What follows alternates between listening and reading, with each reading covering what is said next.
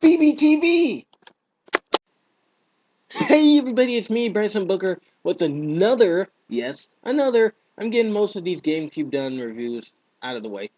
It's another GameCube review, but this game was also released for other consoles like the PlayStation 2 and Xbox in 2006. This is Nickelodeon's SpongeBob SquarePants Creature from the Krusty Krab. Released once again in 2006 by THQ and Nick Games and also Blitz Interactive. Uh, and by the way, before we get into this review, you see the special BBTV logo on my right, probably your left side of the screen, and that means this video will be in 3D. So go to your settings right now and turn on the 3D function and put on those nice 3D glasses. You can adjust the 3D settings to how you want, but go to the settings, select 3D, and watch this video in 3D. How awesome is that? And I'll let you do it now. Okay, that's enough time. Here's the game. And it says play through 8 bizarre and unusual worlds. Now, this game, I've seen this game on PC. So, SpongeBob Creature from the Krusty Krab is also on the PC. But instead of having 8 levels, I think the PC version only has 6. So yeah, this what if you're buying this game on PC, keep in mind that there's a level difference, and there some levels are designed a little bit differently for the PC. So the PC version only has 6 worlds, but the actual video game itself has 8 worlds. And it says Bikini Bottom will never be the same. And then it says rampage through Bikini Bottom as giant plankton. Save the day as Patrick Starfish Man. Keep Plankton from being squashed by the supersized Patty. And burn rubber in Diesel Dreaming. And then it says journey through the belly of a whale, blast through space. And it just describes all of the worlds that you will encounter in this game. Okay, so there is a plot to this game, but the plot really, I don't know why they had to add a little bit at the end to it, but anyway, the plot of the game is SpongeBob, Patrick, and Plankton, they're all dreaming, right? They're in their bed, they're dreaming. And so pretty much, if you remember the SpongeBob episode from the first season called Sleepy Time, this game is partially related to that episode of Sleepy Time, where we go, but instead of going through Mr. Krabs' dream and Sandy's dream, you're only going through SpongeBob's dream, Plankton's dream, and Patrick's dream, which happen to be levels that you play. And like for one dream, you can be SpongeBob, and this is actually the first level of the game, but you get SpongeBob goes into this kind of like crazy style rock and roll guy, and you're racing in his bed, and you have to race against Patrick, and then you have to race against Plankton, and then turns out SpongeBob's car broke down, so then you gotta first find his license to drive, then you have to find all the parts to his car and stuff like that. The levels, each dream that you go through is split up into 3 sections. So, like I can use the SpongeBob racing example again. Like I said before, first you're racing. Okay, that's a segment. The second segment was SpongeBob for some reason lost his license. So you have to try to find. It's like it goes into like an adventure mode, and you have to find SpongeBob's license, collect Z's. Uh, Doesn't that make sense? You got these little bottle caps. They're called Z's, and you can spend it on stuff. Really, it really doesn't help that much, but you can spend it. And then a third segment would be SpongeBob finding his car parts. And let's use Patrick Starfish Man. There are 3 segments split up to him. Um, First, you're once again walking around as Patrick Starfish Man, beating up enemies, solving challenges, knocking down statues in one segment, and then later in the level, you're flying on a spaceship. Patrick's tied to a spaceship, and you're riding through space, and you're trying to stop the evil Krabby Patty. And that's the part of the story that really didn't get out to be that much. Okay, so they're in this dream, and the thing that is causing these dreams is they're dreaming about a Krabby Patty. And they can't stop dreaming about a Krabby Patty. So throughout the level, not all levels, but some levels, uh, like once again the Patrick Starfish Man tied to a rocket level, you're battling at the I think on the third segment, third stage, you're battling a Krabby Patty, and so and towards the end of the whole game, when you're racing as SpongeBob again, towards the end of the game, the Krabby Patty comes back, and for some reason, that's the thing that's haunting their dreams, if you pay attention to the cutscenes.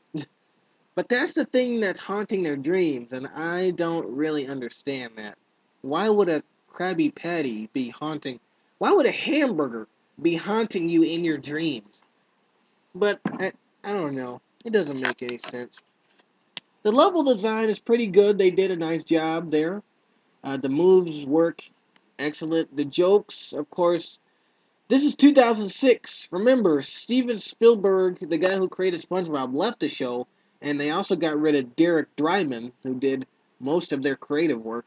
So it's kind of like 2006 SpongeBob episodes. They're a little bit funny, but then some jokes are just plain blah. So the humor is okay for a 2006 game.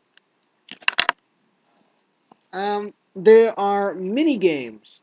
Like I said, the game is split up into sections, and so before you go on to the next section, you get to play a mini game. So one mini game could be Plankton collecting tools to stop the giant Krabby Patty, which is this level right here.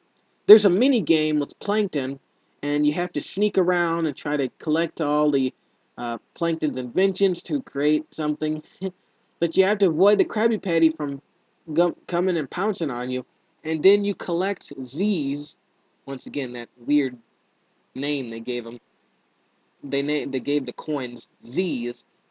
So you collect Z's by completing the challenges, and really I really never get that many Z's. I mean, who cares?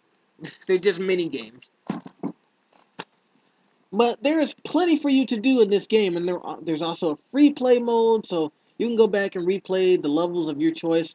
One of the best levels, though, I have to say on this game is as Plankton, when you're going around and you're smashing and destroying Bikini Bottom.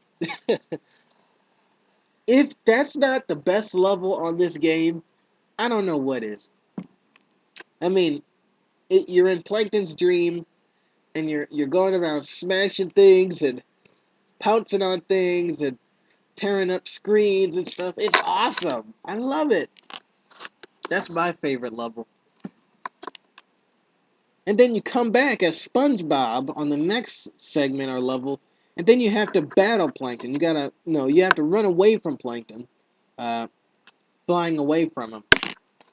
But it's a great game for what it is. It was released on other consoles, like I said, in 2006.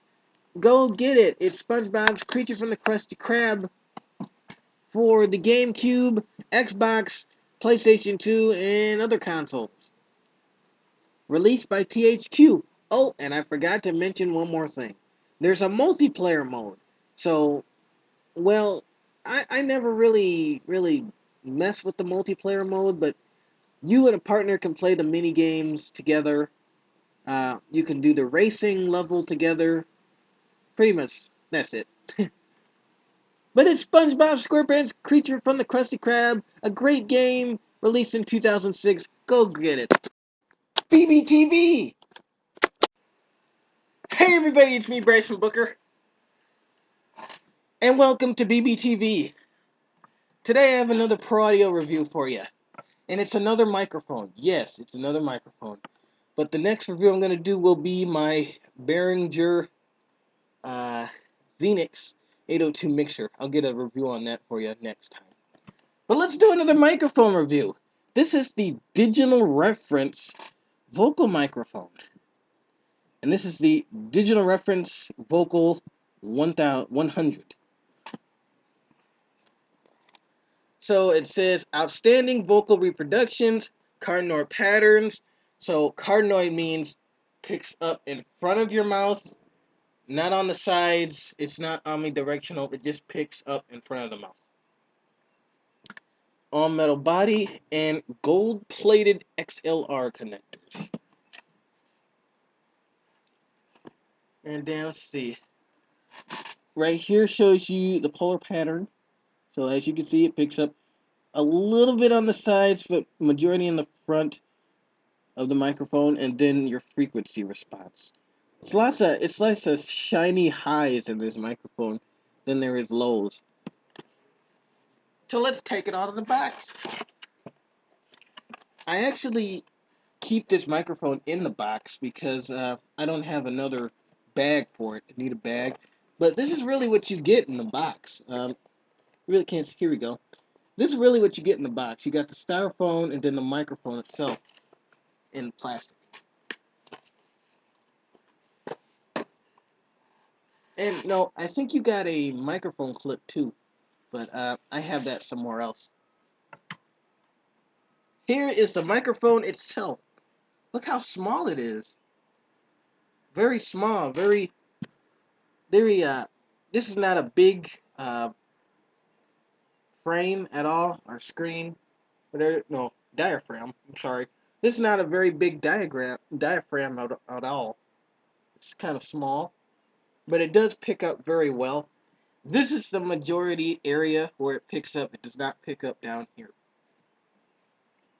It's black, says DRV 1000, cardioid, and then shows a polar pattern, digital reference. There are the gold-plated XLR connectors. Those pretty much, it's just a fancy recognition for high quality inputs for your cables. I don't really think it makes a difference. I guess they last longer. Let's take a look on the inside of the microphone. And this is metal, just to let you know. Real metal. This is not plastic. It may look like plastic, but it's not. It's real metal.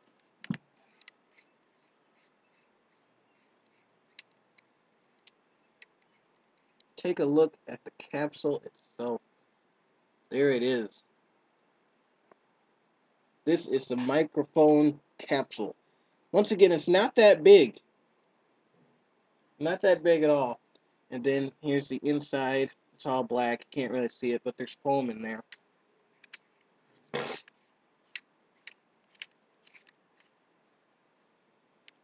There is no power switch, so you control the microphone from your mixer. So you can mute it and turn the volume up and do all that from there. And so you won't have performers that are singing accidentally cut off the mic. There's no volume. There's no on and off switch. So you can do all the controlling from your mixing board. Now it's time to talk about sound quality. Sound quality on this microphone is very good. Um, I mean, Digital Reference. This company. It's well known, but it's not considered one of the top professional companies like Shure. It's one of those companies that they make good mics, but only some people seem to realize them. They've been around for a while. They don't have too many products. This and another microphone is their pretty much only two vocal mics. But I got this at Guitar Center for about I paid let's see, $30 for it because it was on sale. I don't know how much it is now, but when I went, no, it was $20. This was actually $20 because it was on sale. But it sounds great. The highs in my voice come out in this microphone. The lows aren't too bulky and beefy like in some microphones, that extra rumble. I don't like all of that. But this microphone, it does get a little bit piercing because of all the highs, but you can adjust that your own for your own preferences. To me, mixing at just everything at 12 o'clock, the highs do get a little piercy, but that's okay. You can turn them down or you can turn your gain down. Overall, it's a great sounding mic, and I don't know why too many people don't know about Digital Reference because they're a good company. They make good drum mics. I've seen their drum mics. I don't know about their wireless products, but this handheld microphone, it's nice. Look how small it is. Small mic, big performance. I love it. It's the Digital Reference DRV 100. Go get it. It's at Guitar Center, or you can go to other retailers and find it for a great price too. So if you're a musician who just needs a microphone and needs it now, this is a good microphone for you. And you want it to sound great too. So you'll get that in this Digital Reference mic. Hey everybody, it's me, Bryson Booker, and I may look a little blacker than normal, and that's because I'm using a different camera function on my webcam. So, let me know in the comments below how this looks, and if I move a little funny or something, I'll just switch back to my old function. But anyway, don't I look like I'm in a mid-90s music video? Hey, look it. I'm from a mid 1990s music video. Anyway, that's not the point. I have some more collectible cars that I want to share with you. First, being these guys right here. Check this out. These are absolutely amazing. I love these cars. This is the Matchbox that crafted by the greatest name in diecast. I thought that was Hot Wheels, but who knows? Maybe they had a competition back in the day. Anyway, these were released in 1999 by Matchbox, and it's the Michael Jordan Special Edition diecast cars. Oh my goodness. From the Matchbox Collectibles series. These guys look like beauties. And they're 1999 Chevy Tahoes. Let's give you a nice up close view at them. They're gorgeous. And then you got Michael Jordan right there. And then his signature. And then on the side, it says Chicago Bulls, Mike 23, Michael Jordan, 1984 to 1993, 1995 to 1998 is his signature again. This is NBA licensed, so this is an official NBA product. Now Matchbox offers you a new way to celebrate the greatest of Michael Jordan. These twin Chevy Tahoe trucks are as unique as Michael's talents. Display them proudly and let their special markings remind you of Michael's magnificent career. And this is so great. This is his signature again. And then it gives you all of his information: when he was born, what high school, college he went to, when he played in the NBA, the seasons. Uh, you got the playoffs and the championships. This includes 1996 when he made that famous shot that everybody seems to remember. He made so many famous shots. Total playoff games, total points. This is awesome. And once it's an official NBA licensed product.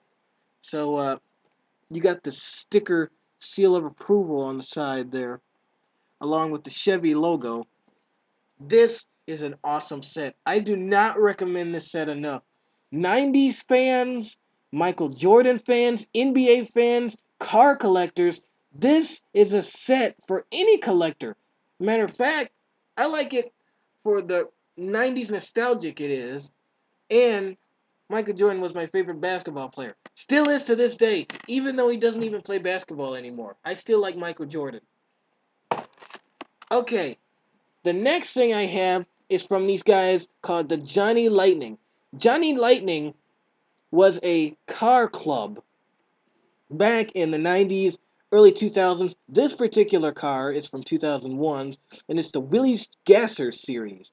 And my dad was a member of this club, and so when they created this car, it was customized to say Bryson and Sons. Owner Mel Doc Bryson. Mel and Doc are not my first name, just to let you know. But anyway, look at this beauty. It's a it's a 1960s, they call it a Willie. 1960s Willie. And then it says die-cast metal body and chases.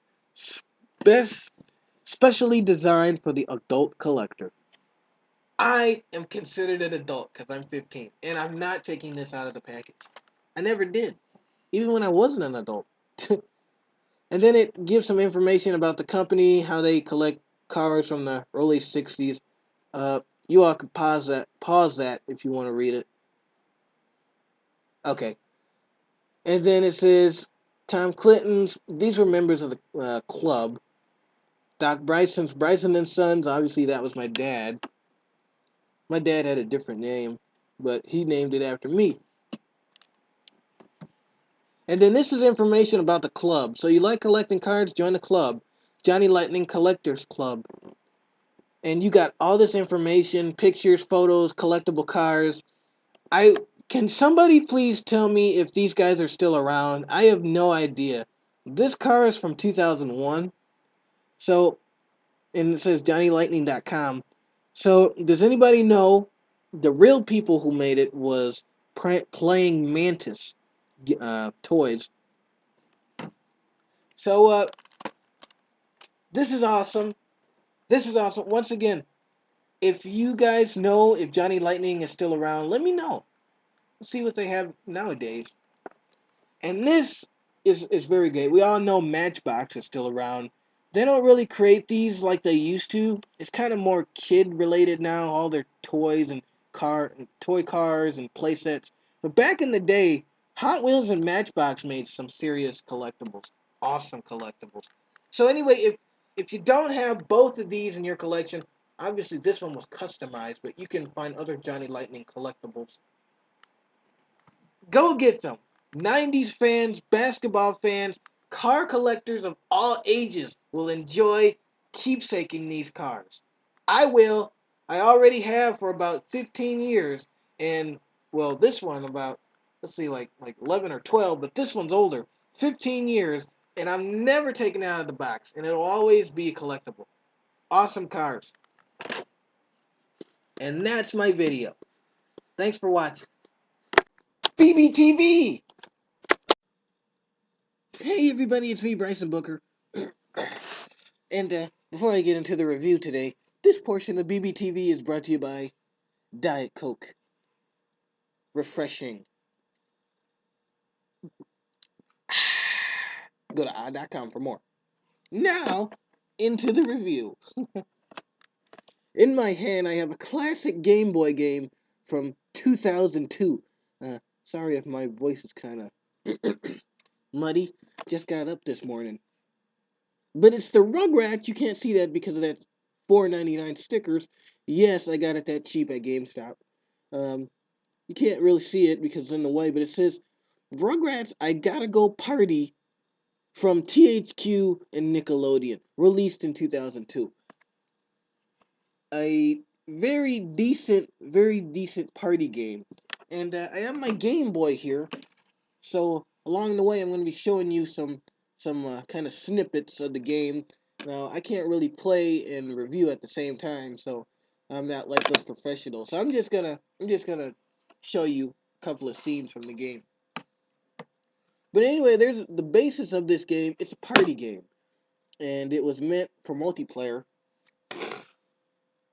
And there are tons and tons of mini games. Well, there's not that much, but there's a good chunk of mini games on this game. And you play them, you get high scores, or you can go through story mode where you have to unlock certain places of the Rugrat house. That's the story mode on here. And so when you complete certain mini games, that unlocks another part of the house, and then you have to find the little children. You have to find like Tommy, Chucky, is the easiest to find. Duh. Kimmy, all the Rugrats, they're scattered throughout the house, and you have to find them, and they unlock a mini game that you play. So you go through all out the house, or you could just go through free play where it selects random games that you play. And to be honest with you, That's the best way to experience every game on this Game Boy game. Wow. Um, is to go through free play. Free play lets you it just selects random games you play, and it's just I think it's the best way to experience all the games on it. So I'll show you what you get here. Let's take out Cartoon Network Speedway. By the way, this is the next review coming up. Stick around for that. Anyway, let's see what we got here. I'll show you a couple of scenes. So let's turn it on.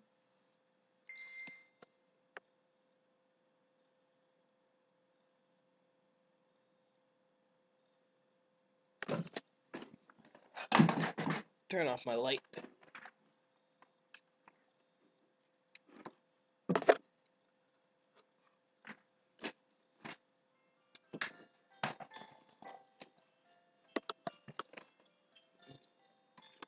Here's a startup menu. Skip that.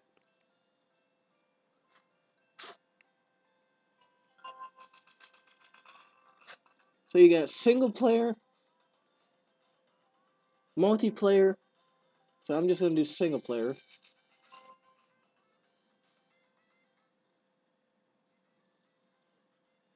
You got, this is story mode right here. So you can either start a new game for story mode or enter your password that it gives you, like during the gist of the game. But I want to show you one of the multi games. So let me go back here. I know there's a way you can get the free play on this thing.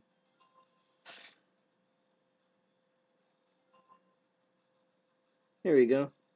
You got story mode, quick play, or free play, but you have to unlock uh, games in story mode before you can play them in free play. So I'm just gonna do quick play. Oops, I went back. Great. You see, I'm not good at this, guys. I'm not.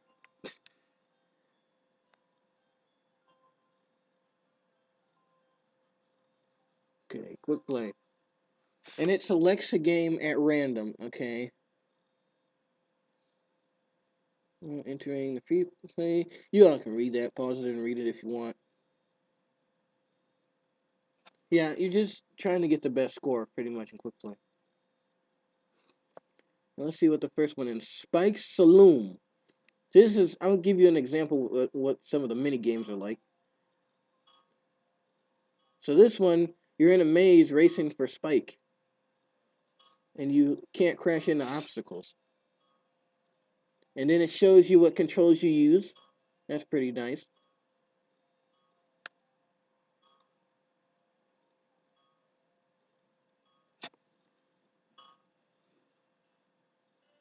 So then it's my turn, but like I said, I'm probably gonna suck at this because I can't do it.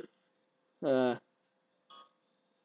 I'm not really good at doing it while reviewing it. Hold on a second.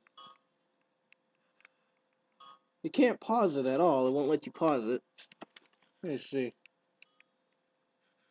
Okay, I'm totally losing right now.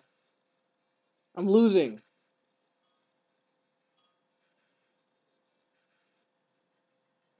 Okay, obviously I lost. Okay, points out of 10. I only got 3. Yes, I suck. Alright, so that's just one of an example. Let's do another one. I'll show you another example of a mini game. Oh, come on.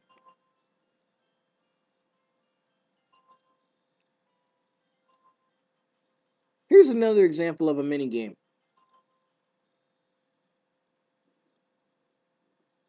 This is Reptar Rapids. This is like kind of like a kind of like a racy game, challenging, and you have to move through the maze. It's like a bumper car. Make it through little hoops there. Once again, shows you the controls. I'm not gonna do it.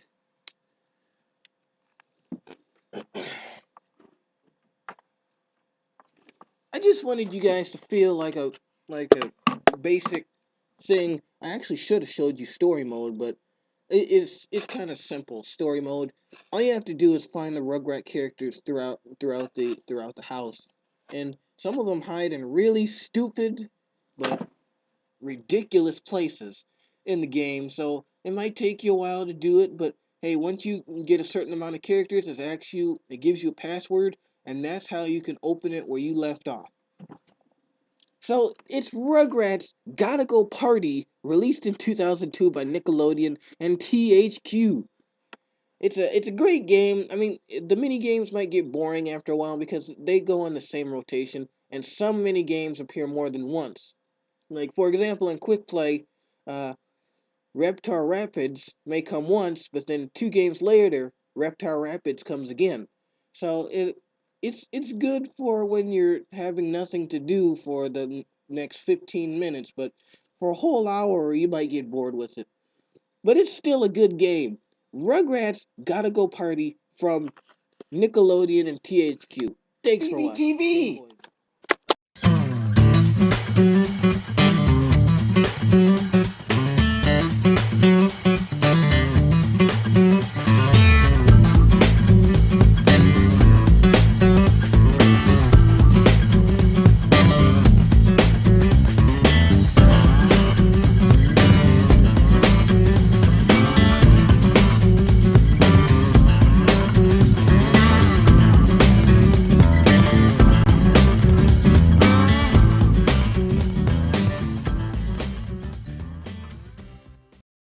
Created using Powtoon.